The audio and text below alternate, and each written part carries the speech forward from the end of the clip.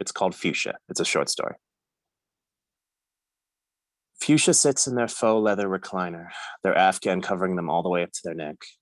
And Fuchsia's bees poke their heads up through the pale orange crocheted flowers in the afghan like black and yellow prairie dogs, scrambling over the cotton field before taking flight and swooping up to the top of Fuchsia's head, drinking from the nectar of the deep purple flowers and resting their heads on glistening burgundy leaves that fall over Fuchsia's eyes like bangs, before they return to the beehive that sits tall atop Fuchsia, whispering and humming.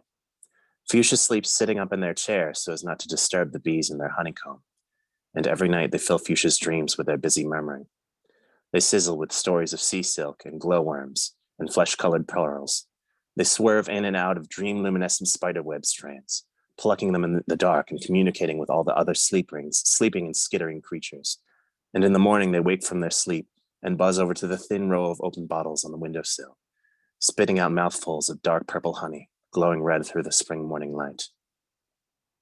You're asking me what the honey tastes like. I've been to Fuchsia's house more than a few times, had afternoon tea the color of a healing bruise, and I have to say that their bees are among the most polite bees I've ever seen. Every now and then I'll look to the side and see one rubbing their forelegs together before they land on my arm and trot across the back of my hand. And it always makes me think of a guest wiping their feet before entering a house that isn't theirs. I've been to Fuchsia's house so often that I hear the same buzzing in my dreams now, the vibrating of invisible guitar strings, and it makes me feel safe, held close in the dark of night. I'm very lucky is what I mean. Most people don't know how kind Fuchsia is, and how kind and pleasant their bees are. Those that don't project their own slivers of human cruelty onto the bees end up betraying their own nature anyway. The last guy that stuck around in Fuchsia's living room for more than an hour was the one that dumped out an entire jar of Fuchsia's strawberry diesel marijuana, trapped a spider under it, carried it outside on a paper plate, and flung the spider into the bushes, just in time to hear the door click shut behind him. Both the spider and the jar eventually made their way back into the house. More than anything, you want to know what the honey tastes like. I should say that I've spent nights at Fuchsia's house as well. Nights when the bees buzz softer for the courtesy of Fuchsia and their guests. Nights where the two of us talk only a bit louder. There are times when they look regal in their reclining throne, directing squadrons of bees to pass them their eye drops and their medications and their butane lighter, blowing clouds of sweet smoke past the dim lamplight.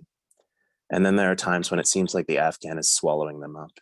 And those are the times I come over and hold them close, while they bury their chin in my chest and rest their forehead on my shoulder, and their shoulders heave and the bees are still humming, low and shuddering. They won't say it out loud so the hive can hear, so they write it down, the feeling of the weight of the ecosystem bearing down on them, the feeling of constantly brushing dark red leaves from their eyes and honey dripping down their cheeks. They're tired of being a tree. They want someone else to be one for a change.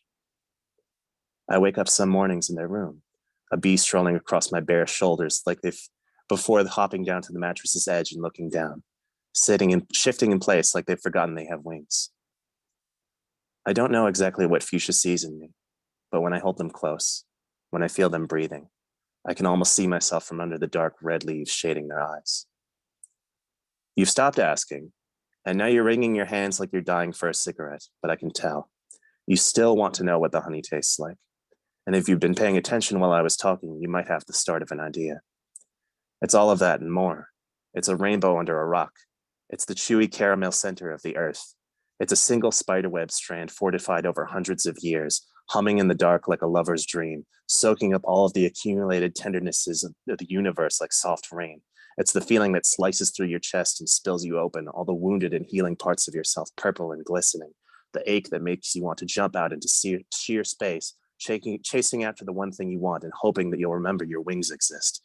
And even if they don't, knowing that the taste of blood will mingle from the honey overflowing from your mouth and give you a secret to share with every living creature on this earth, if only you had enough breath in your body to tell it.